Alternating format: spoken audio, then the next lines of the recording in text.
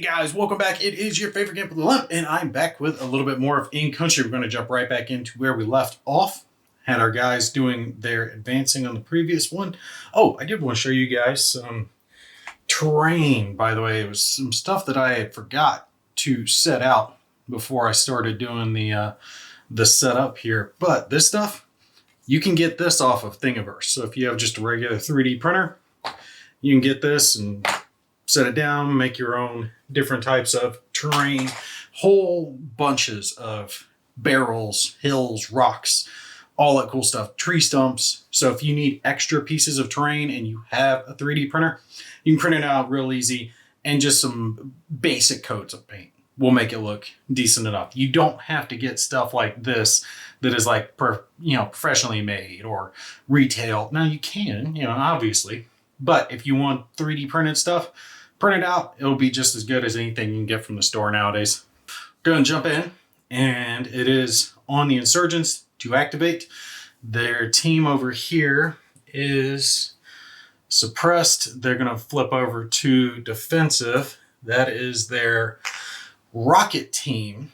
Now the rocket team, the RPG team, isn't going to be firing this turn because they were suppressed the previous turn. But that means they can fire on the next one because they're not going to be moving.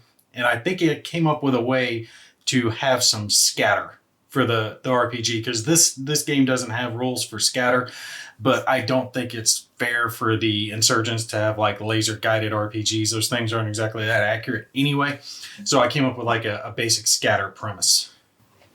All right, so I wanted to try to kind of figure out the rules for them, how to do it. And there is rather a index here in the back that talks about small arms, rifles, the LMG, right? So him having cyclic, any of the special rules that they have. And RPGs are referenced right here, right? Deployed, which means it really can't be fired on the same turn that you move. Penetration, which means it'll blow through certain levels of armor. Explosive, and I'm not sure exactly what the min C means. So key thing though is explosives do ignore like cover and concealment, so that'll give them a bonus as far as that goes. The Rangers don't have armor anyway. I'm giving them just a one-off shot. So what I'm going to do is treat that explosive 2 as kind of like a radius. All right. So if this is 2 inches right here, wherever it does hit, just kind of scope that out around there. And that'll be the area that gets blasted.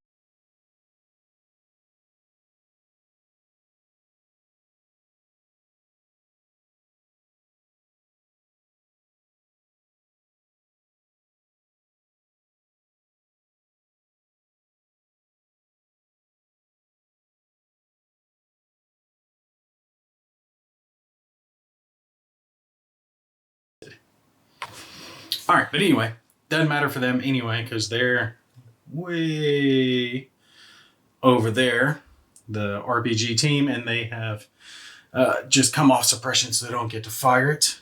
And I think I'm going to run with these guys instead, actually. They really don't have a whole lot of options, but it's not like they can't come back anyway, so there's really no reason just not to run them in and hope to get some shots off. And I think that's what we're going to do. We're going to charge with all 6.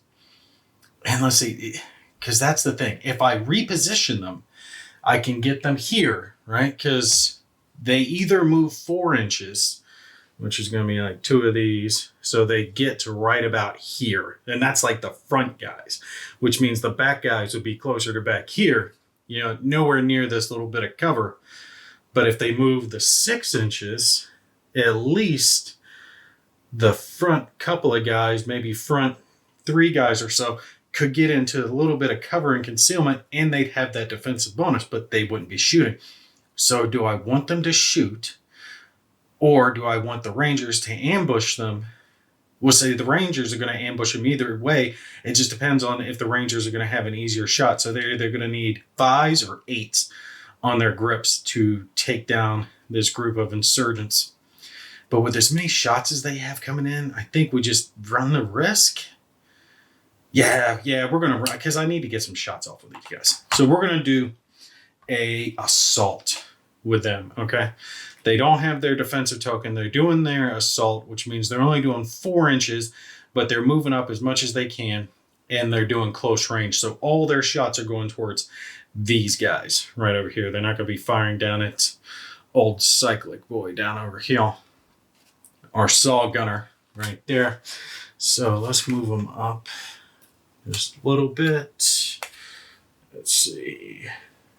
That's 2 and another 2. So he's going right about there, which means he's going to right about there, and the rest will just kind of pile in behind them. They're not going to be able to get to cover, but they're running up, hoping they can get some shots off into these guys and cause some damage. All right, so 6 of them running up, and they're unloading, definitely within, easily within 8 inches to be able to do close range. So they get their best. Now, here's the choice. I can either ambush and shoot first, because if I ambush, these guys are going to be hitting on concealment. They're still going to be hitting on 10s. And that's the thing. That's what's really killing them. If I had this to do over again, I would have changed that middle grip to a 9, just to give them one little bit of a thing where normal grips have a little bit of a bonus to it. I'm not going to change it now, but I think 6, 9, 10 would have worked a little bit better, just to give them that little nudge if they could. Because in this situation, if they were to do that, they'd be able to hit on 9s instead of just 10s. Because there's no reason now for these guys, for the Rangers, not to ambush, because they're going to require 10s because they're in concealment either way. If there was a difference between those two numbers, it would make a difference for the Rangers on whether or not to take cover. Because if they take cover, they would effectively half the chance that the insurgents had to hit them. You get what I'm saying? The middle grip number being the same as the final grip number, I think is just it takes away some of the game aspects of it, because it narrows down the choices, right? There's no reason in this case not to shoot because the grip's the same. So yeah, hindsight being 2020, I would have changed that to a 6, 9, 10 instead of a 6, 10, 10. We're going to ambush, and ambush actually gets to use long range, so they do not suffer the penalty. So they are going to be hitting on their 5s. So they're hitting on 5s. He's hitting on 5s, so they're probably going to wipe that team out. And actually, now that I've realized that, I might actually make a judgment call. And you guys will have to forgive me if I make a judgment call on that. But I didn't realize until actually getting into the game and giving them, the infinite amounts, that middle grip number being the same takes away choice, right? And I want to have choice. I want to have a reason why it's better for the Rangers to take cover versus just to fire back. Because if they, don't have that choice, then they can always fire back and have the best of both worlds. Anyway, it's not going to change anything. We're all going to be needing the same grip. We're all going to be hitting on 5, so we get to roll 3, or 6 rather. 3 for the cyclic, 3 for the rifles, all firing into them. Let's see what we get here. Big number, big number, big number. And that is 4 hits. They had 2 3s that missed, but a 10, a 9, a 10, and a 5. 10. I'm telling you, the Rangers are getting good. So that is 4 injury tokens that they're going to have to save for. They'll probably end up suppressed because they're definitely going to take some losses. All right, so the 4 injury tokens they have received. Now they get to fire back. Oh, wait. That's before. So they actually have to make their saves before they get to shoot back. Yep, I cannot forget. That's why the choice between like engaging or ambushing or repositioning, all that, they all make differences in the game, in the fact that you have to, right? Because the ambush gets them the shots first. So depending on how many of these saves they get, they may or may not be firing back with just 2 guys. All right, so let's roll for them and see what they get. Oh, that's a difference. That is 2 saves. Wow, okay. Yeah, that does make a big difference there. So they do have 2 injury tokens that they're going to save for, which means they do lose 2 guys. We'll just yank these 2 back ones off of here. So that means they got 4 guys left who get to shoot. And I'm leaving those injury tokens there just to remind myself that I do have to do a suppression test once we get done with the... All right, so let's roll for them, see what they get. Are they getting any hits off? And no, they did not get any hits off. This bottom one here was an 8, so nothing there for them. Now that this one is done, I am going to make that choice. I am going to make that judgment call and change it for them to be a 6, 9, 10 as far as their grips are concerned, because I want them to have that choice. I want them to have a more impactful meaning, right, for the Rangers on whether or not they're going to have to take cover or be able to shoot back. Because like I said, that will effectively double the chances. Now, the difference between having a 9 and a 10 isn't that big of a deal. It's still hard on a D10, but it does double their chances of getting a hit, which makes sense now for the Rangers to have to take cover. All right, so since they didn't get any hits, we're not going to worry about saving rolls there. We do have to do a suppression test here, and since they lost one, they are going to have to roll their, what would be their normal grip to not be suppressed. And they got a 6, so they are suppressed. Pick up our little suppression token here. Set down. But it made a difference. We learned a little something. All right, so we are back to the Rangers. What are the Rangers going to do? The Rangers are over here. And I think we're going to, like shoot and scoop. We're going to move up. And if they move up there, they can do just a move, right? They could do, which one is it that they get to shoot? They can do an assault and they could shoot at close range. I'm having a hard time getting hits off because I could try to pick these guys off behind me. He'd have a hard time hitting. But then if they move there, that's a potential problem because then they're not going to have cover from down over there. Oh, what do I move these guys? I got to get them stuck in. I was thinking I could move them to here so they're in cover from there and then, cover from there. But that very far team, the one right over here, would have a line of sight right down this little kill alley. And they are the ones with the RPG, which they could fire, which I would fire as a potential. Where do we go? See, I could do an engage. A gauge would allow me to shoot at long range, but I only get to move an inch. So they would just be, poking along here and not really making any distance. They got to make some distance. They're never going to wipe these guys out, which means they are going to have to take some risk. Screw it. The bad guys don't hit that well anyway. So here's what we're going to do. We are going to do a assault, which I can move up to there. I can fire at close range, but they are going to get ambushed by the RPG team. And we'll see if the RPG team can get some heart lock on them. So pop these guys over here. And yes, the Rangers can move a little bit farther. They do have a little bit of extra distance versus the insurgents. I mentioned that at the beginning. Their assault shots are going there. Where's he going to fire? He could fire over there at that team. He wouldn't be able to hit too well. But he might be able to knock that RPG out. Well, it's not going to matter because the RPG is going to ambush. And the ambush is going to hurt him. The cyclic guy, he's taking his shots over there.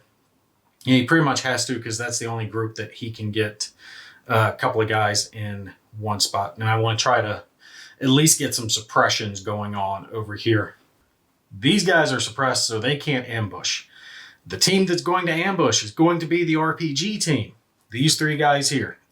They're ambushing the moving up Rangers.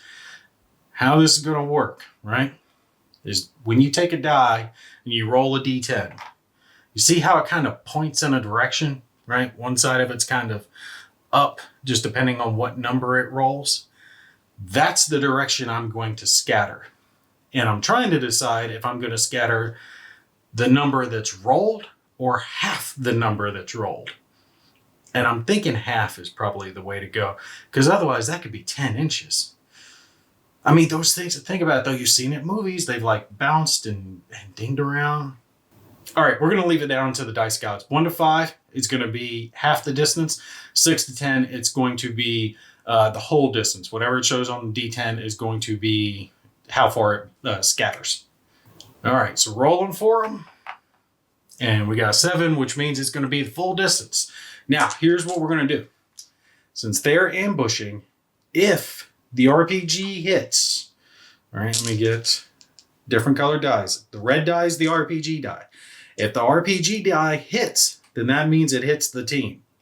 If the RPG die misses, right, misses his shot, that means it's going to scatter. And we're going to scatter that RPG anywhere within 10 inches, and just depending on what direction this die points, okay? So I'll like drop it right here, and then whatever direction the die is pointing is where it'll ultimately go, you know, based on the center of the Rangers right here. Now, remember, I have changed it. So they are hitting on 9s now. Their normal grip, their medium grip is a 9, not a 10 anymore. I'm giving that a little bit of a bonus to them.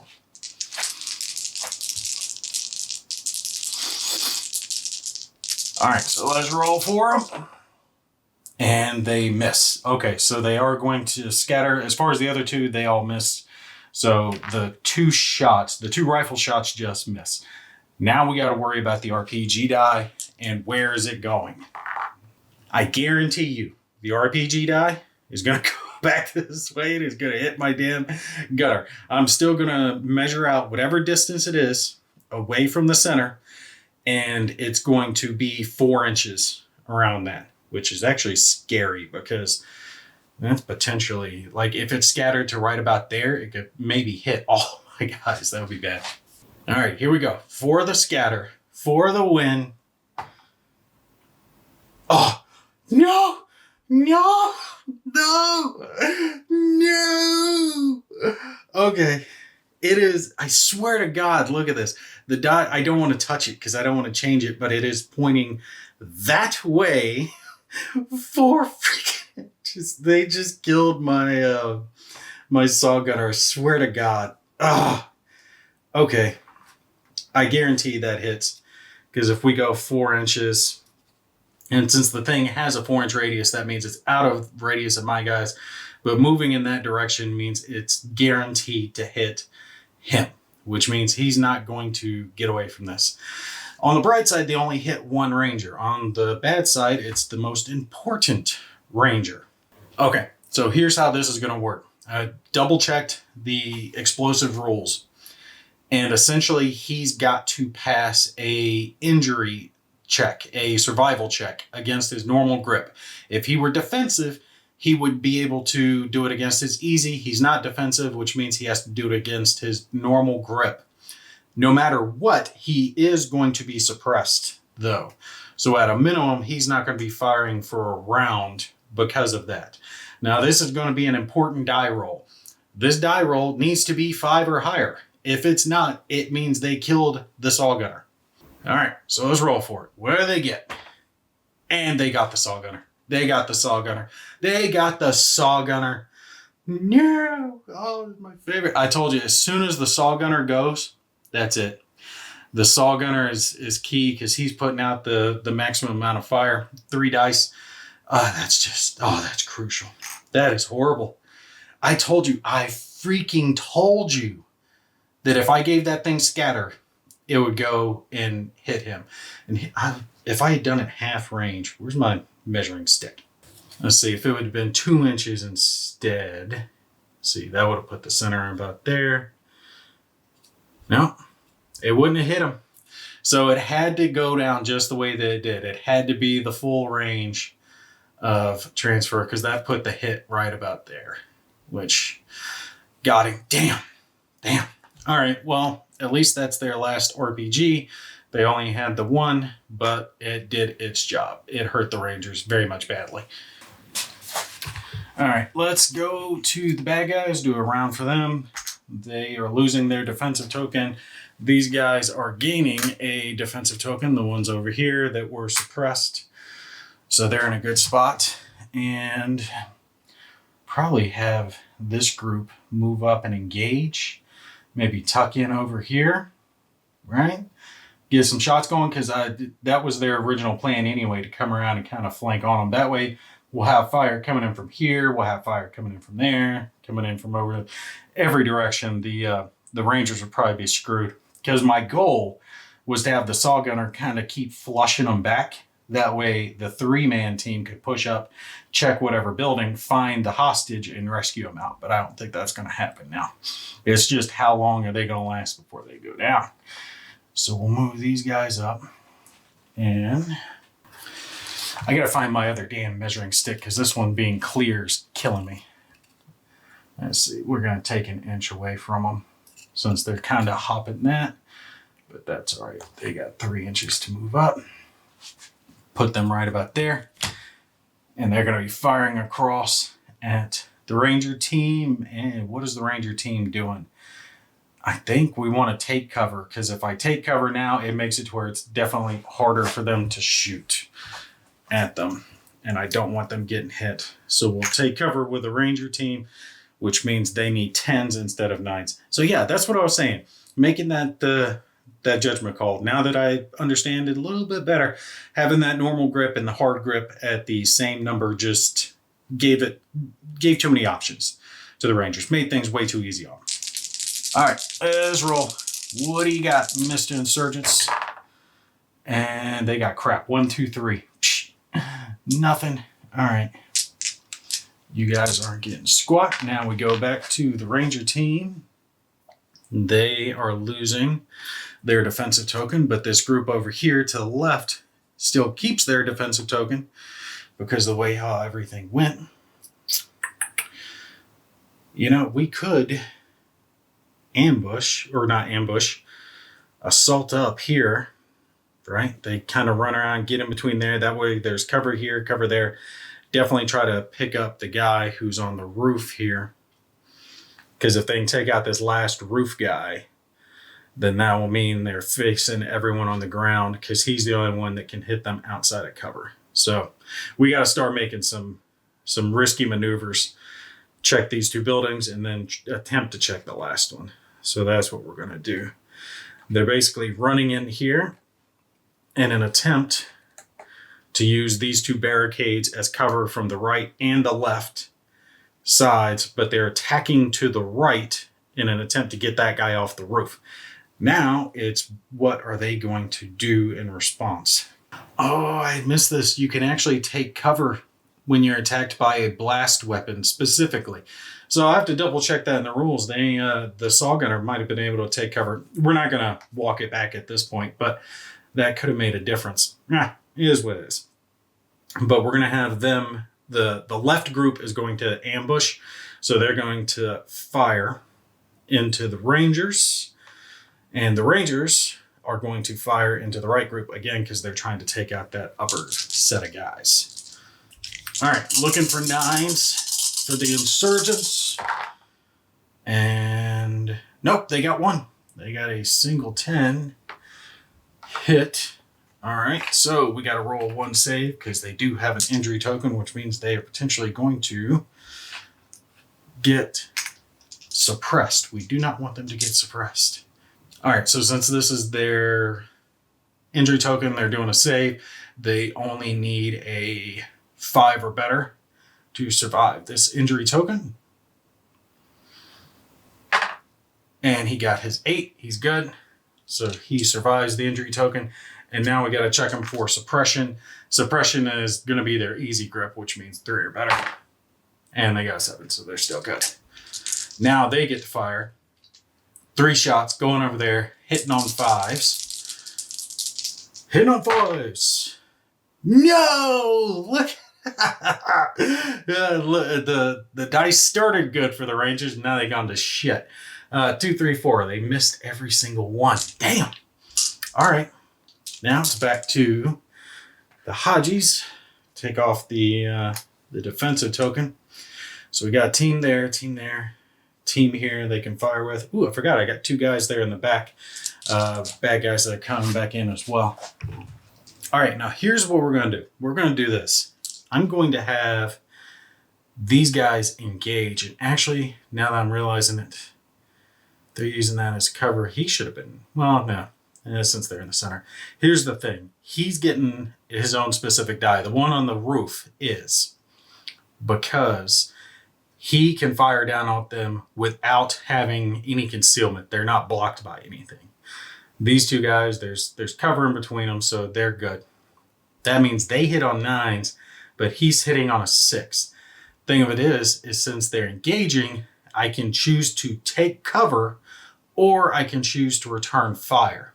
Now, that's the difference. Return fire takes place after they shoot. Ambushing is before they shoot, but you can only ambush if they assault or if they reposition. If they engage, then you don't get to ambush. So do I want to take cover? If I take cover, they're going to hit on 10s and he's going to hit on a 9. And I think that's a key difference. We'll take cover. Got 2. And let's roll for it to see what they get. And they got a 9. They did get a hit in. Oh, okay. Here we go. Got to roll our saving throw. Actually, before I forget, we'll throw down our injury token. All right. Does he save? He does not. No. Oh. And it's because of the order of the shooting. If I had been able to get an ace token by acing it, but I can't ace it because I'm shooting after. So yeah, we've lost another guy. Yeah, at this point, I think the Rangers are going to start just crumble. Damn. All right. Well, they get to return fire now. And since they didn't do anything, if they fire up at him, yeah, it's still going to be 5s. Doesn't matter. 5s for both of them. All right, here we go. What you got, Mr. Rangers? Well, they got a single hit. And we'll see if they can save it. And they don't. All right, definitely taking the one off the roof. All right, so I got to check suppression for both since they both lost people. Black die will be for the Rangers. Red die will be for the Insurgents. Insurgents are going to need a 9. Rangers are going to need a 5 or better. And Rangers pass. Insurgents do not. So they are going to be suppressed. All right, so that's where we'll leave off with this video. We'll pick up on the next one, and I think I might just try to run out because I don't know what building he's in. There's 3 buildings left. Half the team's dead, including the saw gunner, which is a big deal. And these guys would still have to save the hostage, depending on what building he's in, and get him out. There's no way they're going to exfiltrate. I mean, they'd have to get like some lucky ass dice rolls to make a difference. I don't know. I might just have them run out and try to save the remaining 2, like have them bug out and take cover everywhere they go to see if they can try to hang in there just that little bit more. I don't know. We'll play it by ear on the next video. We'll see how. Maybe I'll check one building since they're right there at it. Like tuck him right in here into the stairwell. Have him check one building. See if he's in there. If he is, great. We'll see if we can take him out. If he's not, then we'll just run out. All right, but that's going to be it for me for this one. You guys make sure to put your comments down below. Let me know what you think of Incountry. Y'all take care. I'll catch you in the next one.